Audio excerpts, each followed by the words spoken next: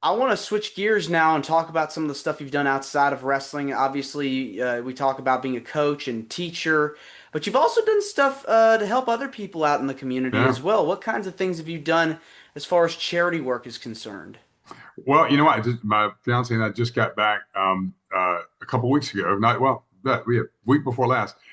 Once again, one of my other favorite sayings, Stanley, is "Do what you love, and what you love will reward you." And one of the ways I've been rewarded is I've met a lot of great people doing what I love, and one of those is country music star Steve Azar. And Steve and I met at a charity golf event.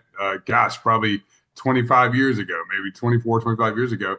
Became great friends. And then about 14 years ago, him and his wife started their charity golf event that they do in their hometown, his hometown of Greenville, Mississippi.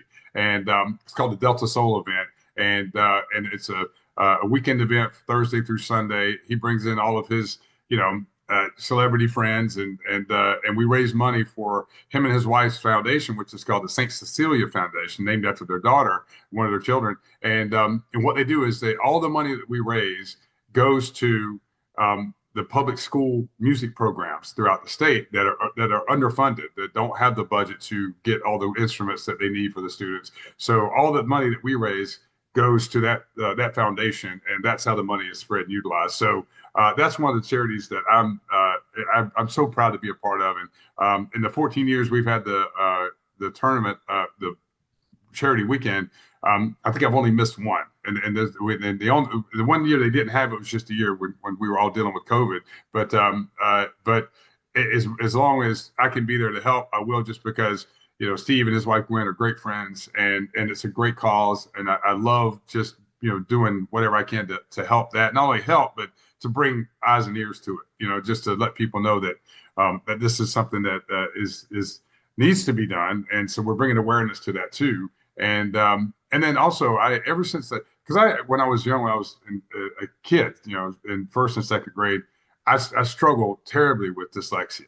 And once again, so thankful that I had parents who were so committed to mine and my brother's growth and development and all the levels. And so my parents, mainly my mom, really dove in and just got all the resources that I needed to help me with that.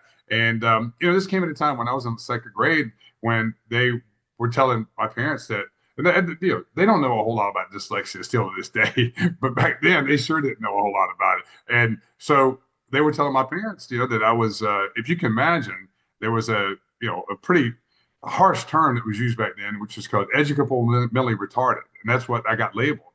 And my mom just refused to accept it. She said, "No, my son is not that, and I'm going to prove to you that he's not." So she was able to get the resources where I got diagnosed properly, and then we got a game plan to work on me overcoming that, which eventually I did. And I say all that to say that I think because of having that struggle early in life, that I always was drawn to people with wanting to help people with challenges, whether it's physical, mental, emotional challenges. So as I got older, I got into high school to where I started trying to do just serve in however way I could, to give back.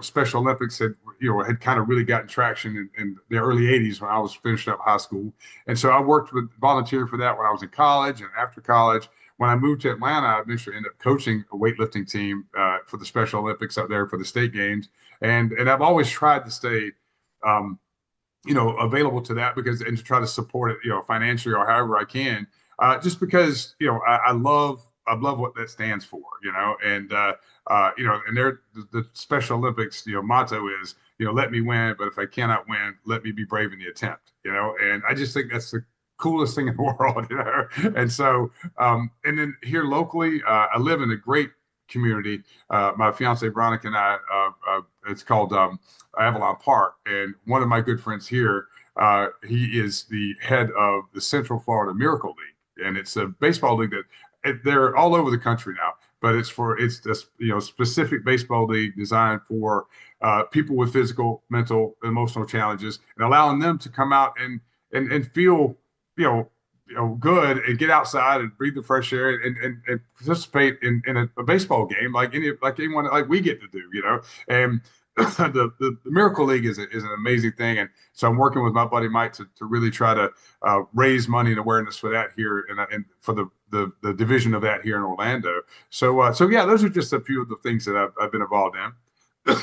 Yeah, you definitely seem like you care very much about, paying it forward, and have a lot of passion for helping others.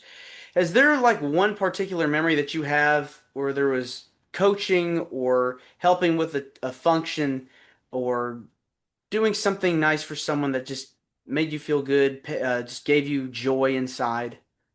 You know what?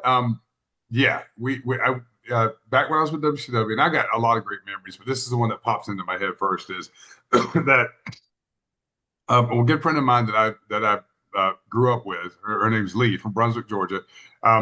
During my time at WCW, when everybody was watching, and we were on top of the world, there was a family in my neighborhood or in my hometown. Um, and one the she was there was a friend of Lee, and her name was Sung Hee Lewis, and Sung Hee had her and her husband had a son, Josh, who had was born with a condition called brachial plexus, where his left arm was underdeveloped, and they had been. And he needed some surgeries that were going to be quite extensive, which obviously meant they were going to be quite expensive. And um, and they were doing like I remember when I talked to Lee, they were doing spaghetti dinners to raise money. Maybe they were raising a couple $100 at a time or something. And I just thought, you know what? Like I had so many great people in my hometown that helped me become who I was. And here I'm in a position to where maybe I can bring a lot of awareness in it and raise money for them too. And so I ended up sitting down with them. We put a game plan together, and I went back to all my buddies at WCW.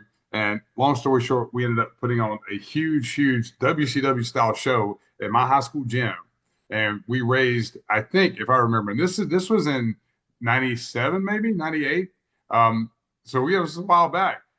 We I think we raised in one night like $23,000 was what they raised, and then after expenses, I think 15 or 16 of that was what the family was able to get, and that that feeling of being able to use all the influence that was around me at that time, and the fact that I had my buddies Diamond Dallas Page, Brad Armstrong, all those stars were willing to come to my hometown without being paid a dime to help me raise money for some really great people in my community, my hometown, people I'm still friends with to this day.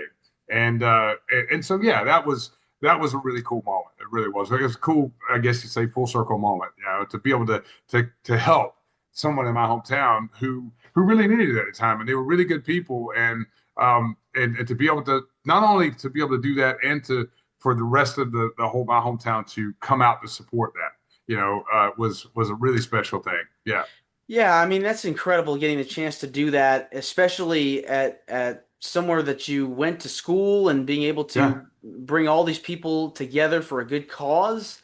yeah. Um, And I'll tell you what, we beat it the next year, and what I'm about to tell you, I'm not exaggerating one bit. If you can imagine that I was able to pull this off, we went back and did it a second year, and the second year we did it, I brought in Goldberg to Brunswick, Georgia, during the height of his career.